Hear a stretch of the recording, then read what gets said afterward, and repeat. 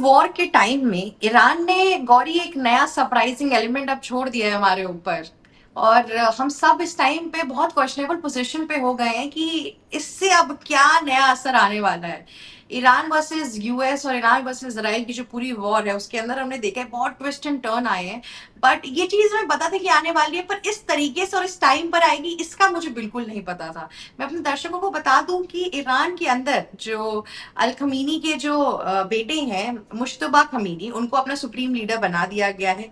कोई इस पूरे के पूरे जो कंट्रोवर्सी चल रही है उसमें सबसे पहली चीज जो मैं आपसे जानना चाहूंगी वो ये है कि थोड़ा सा इनके बैकग्राउंड में जाते हैं कि ईरान ने इतनी कोशिश की खमीनी रजीम से हटने की, एक और आयतुल्ला का बेटा आ गया है। अब इसके बाद से ईरानियन पे क्या इम्पैक्ट होने वाला है इस चीज का? आई मीन आपको लगता है कि ईरान इसको रिबेल नहीं करेगी? मतलब किस तरीके के हैं ये? कुछ नया आने वाला है इस पूरे सुप्रीम लीडर के वजह से ईरान के अंदर?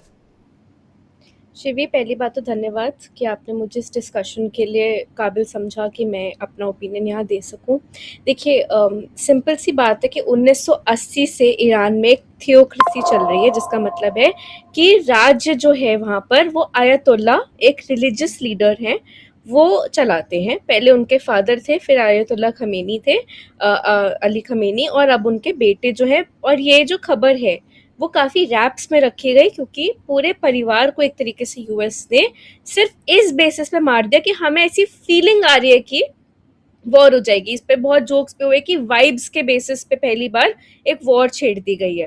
तो लेकिन अगर आप जियोपॉलिटिकली ऑब्जर्व करें तो मुज्तबा जो थे वो डिफैक्टो लीडर काफी टाइम से थे, क्योंकि उनके फादर की एज सच बहुत एज थी। और फिर अब वो जब नहीं रहे तो उनको तो गद्दी संभालनी ही थी, उन्हें आना ही था।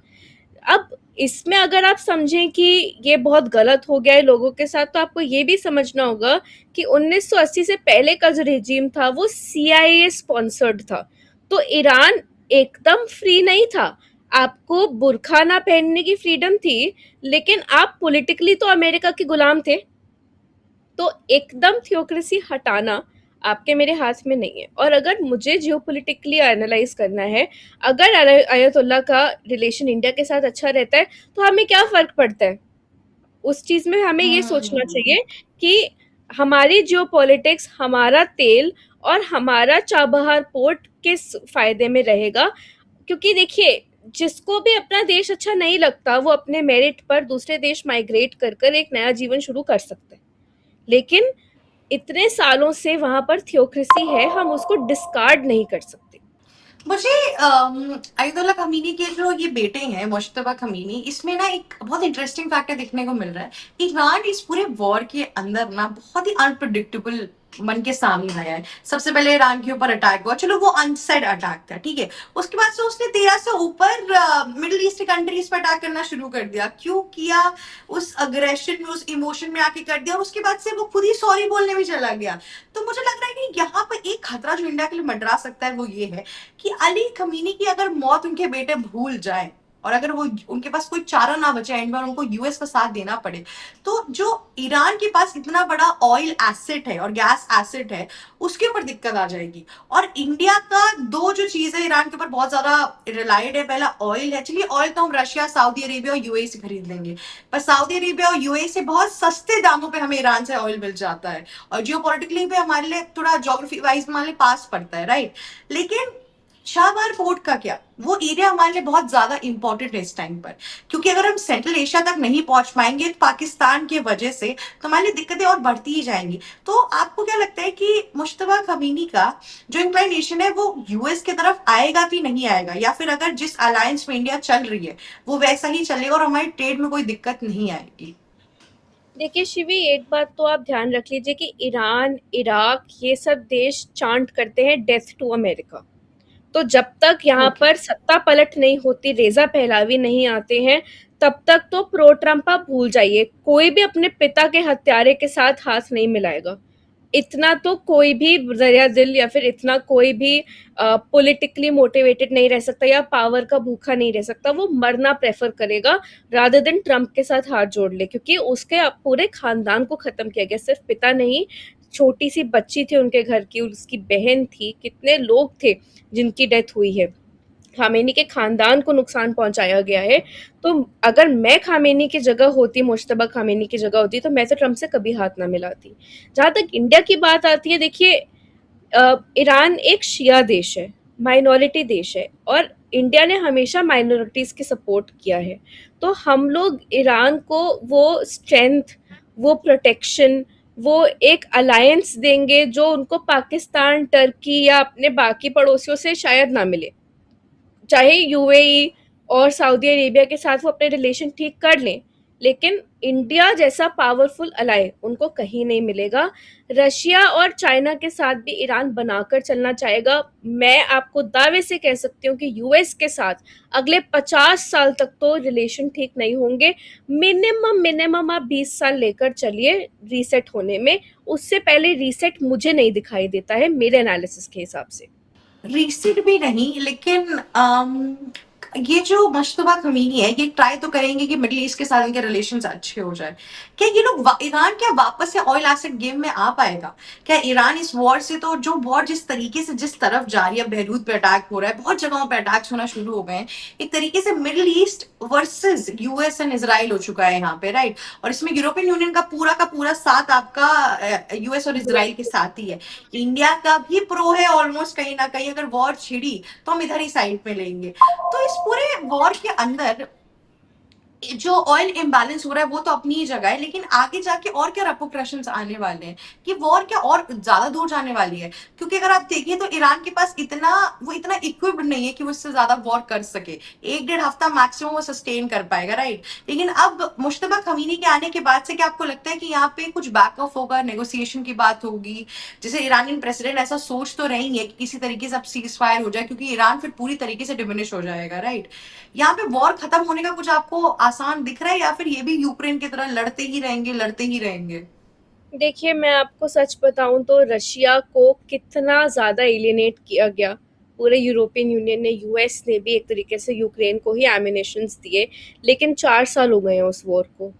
तो ये कहना बहुत मुश्किल है कि ये वॉर एक हफ्ते की है, क्योंकि अभी अभी एक न्यूज़ अपडेट आई है कि टेल अवीव में बॉम्ब ब्लास्ट हुआ है और वहाँ पर एक इंसान की मौत हुई है। तो ईरान चुप नहीं बैठेगा। ये देखना बहुत ज़रूरी है कि मिडल ईस्ट किसके साथ जाएगा, क्योंकि मिडल ईस्ट की पॉलिसी एकदम प्रो इज़राइल नहीं हो सकती है। उन्हें अपना मुस्लिम ब्रदरहुड तो मेंटेन करना ही होगा। साथ में पाकिस्तान और टर्की अगर इस वॉर में जुड़ते हैं, वो किस साइड जाएंगे ये देखना होगा। इंडिया का प्रो इज़राइल स्टांस है, लेकिन हम अभी भी यूएस से थोड़ा बच के चल रहे हैं, क्योंकि यूएस का हमें कुछ नहीं पता कि वो कब हमारे अगेंस्ट भी पलट जाए। अभी भी हम मल्टीपोलरिज्म में बिलीव कर रहे हैं। तो ईरान के साथ हम एकदम दुश्मनी तो नहीं मोलेंगे, लेकिन उनके लिए हम एकदम अपने सोल्जर्स डिप्लॉय कर दें, वो वाली जियो पॉलिटिक्स भी इंडिया ने कभी नहीं अपनाई है। India is the last to enter any kind of war. तो मुझे ऐसा लगता है कि ये वॉर एक हफ्ते में तो ख़त्म नहीं होगी, 4 साल तक एक्सटेंड नहीं होनी चाहिए, ये मेरा मानना है। लेकिन अभी सारी नज़रें मिडल ईस्ट पर हैं कि क्या वो ईरान को माफ़ करेंगे, क्योंकि यूएस, इसराइल और ईयू का पूरा फैक्शन तो इन एक तरफ है ही, लेकिन ईरान का साथ कौन कौन देगा इस पे डिपेंड करेगा कि ये वॉर कितनी लंबी जाएगी। मिडिल ईस्ट मुझे इस पे बहुत ही साइलेंट ट्रीटमेंट देता हुआ लग रहा है, if I be very honest. उनका कोई ना तो बहुत प्रो आया है, ना तो एंटी ईरान इस टाइम पे कमेंट आया है। और जिस हिसाब से मिडिल ईस्ट इस टाइम पे चल रहा है, ट्रेड्स तो उनके सारे एशियन और यूएस और यूरोपियन यूनियन के साथ ही हैं। और यहाँ हम्म। पे मुझे लगता है बात शिया और सुन्नी की भी आ जाती है, कि हम्म। वो जो ब्रदरहुड की बात तो कर रही है, लेकिन अगर आप एक चीज समझे, अगर यूएई पे अटैक होगा तो सऊदी अरेबिया ज्यादा मेहनत करेगा। पर यहाँ पर ईरान के ऊपर किसी ने इतनी मेहनत की नहीं है। इतनी कोई बड़ी चीज है नहीं हेल्प करना या सामने से खड़े होना। इनफैक्ट पूरे एक्चुअली मिडिल ईस्ट ने, जब इसराइल और गाजा के बीच में वॉर हो रही थी, तो पैलेस्टीन पर एज अ शील्ड ईरान को ही रखा था कि कुछ भी होगा, अगर यूएस अटैक करे या इसराइल अटैक कर रहा है तो ईरान ही बचाने जाएगा, हमास और इन सब के साथ मिल बांट के, राइट? लेकिन जब ईरान की बारी आई तो ईरान को कहीं से भी, कहीं किसी ने भी कंसिडर नहीं किया। ह्यूमैनिटेरियन एसेट भी नहीं दिए गए हैं अभी तक उन लोगों को, सच किसी भी तरीके से मिडिल ईस्ट हेल्प नहीं कर रहा है।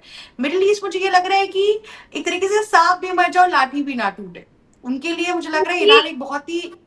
देखिए, मिडिल ईस्ट का अमेरिका के साथ अलायंस है, ये हम सबको पता है। जो मई की ट्रिप हुई थी ट्रम्प एग्जैक्टली। की, उसके अलावा रियाद में उनके बेसिस थे, यूएस के बेसिस हैं वहां पर।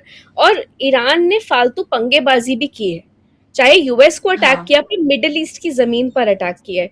तो मिडिल ईस्ट एकदम तो नहीं भूलेगा, थोड़ा रेपरकशन तो आएगा। ये तो है नहीं ना कि आप मुझे चांटा मारे और फिर मैं आपकी मदद करूं, ये तो नहीं हो पाएगा। इंसानियत का नाता है एक तरह से, तो उसमें इंसानियत, ईगो भी आएगी, उसमें अलग अलग इमोशंस आएंगे।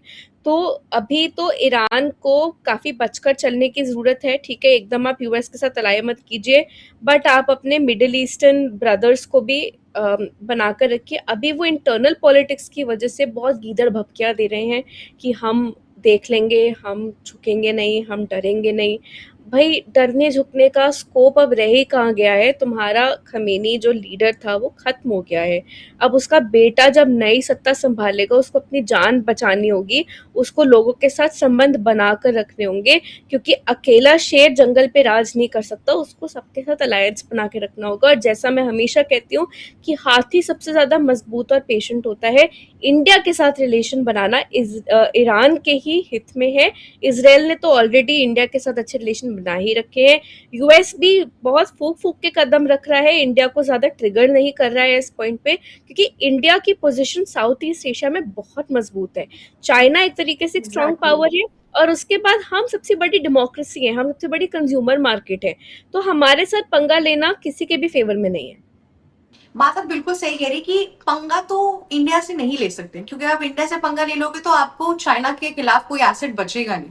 और बिल्कुल। सारी की सारी चीज V2 के ऊपर ही डिपेंड होती है, या तो यूएस या तो चाइना।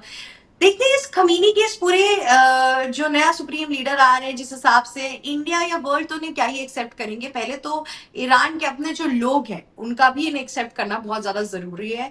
और मिडल ईस्ट के साथ क्या रिलेशन मेंटेन कर रहे हैं, और मुझे लगता है इनका स्टांस जो होगा वो एंटी इंडिया तो नहीं होगा, क्योंकि जिस हिसाब से ईरान का अभी तक का पूरा जो वहाँ के लोग बाइट दे रहे हैं, जिस हिसाब से बातें कर रहे हैं, तो वो यूएस से ज्यादा इंडिया पे इस टाइम पर ट्रस्ट कर रहे हैं। लेकिन ये है कि खमीनी अभी घायल हैं, और उनके ऊपर अभी उनके पिता के जाने का, उनके पूरे परिवार के जाने का बहुत ज्यादा दुख है। साथ ही साथ जो आइरिस दीना के साथ हुआ, इतने लोगों की जाने गई इस टाइम पे, कैजुअलिटीज जो हो रही है ईरान के अंदर, ये सब एक साथ कलेक्टिव है। इस पूरे के पूरे अग्रेशन में देखना ये है कि ईरान क्या स्टेप ले रहा है, क्योंकि इस टाइम पे ईरान को संयम से काम लेना चाहिए। अगर बौखलाहट में आके पहले जैसा काम किया तो फिर तो मतलब शिपरेक होगी उनकी। तो देखते हैं इस बार की पूरा का पूरा खमीनी के आने से क्या होता है। आगे हमारे दर्शकों को बताते रहेंगे कि वॉर के अंदर और क्या अपडेट आ रही है। Thank you so much Gauri इस पूरे के पूरे इंफॉर्मेटिव वीडियो के लिए।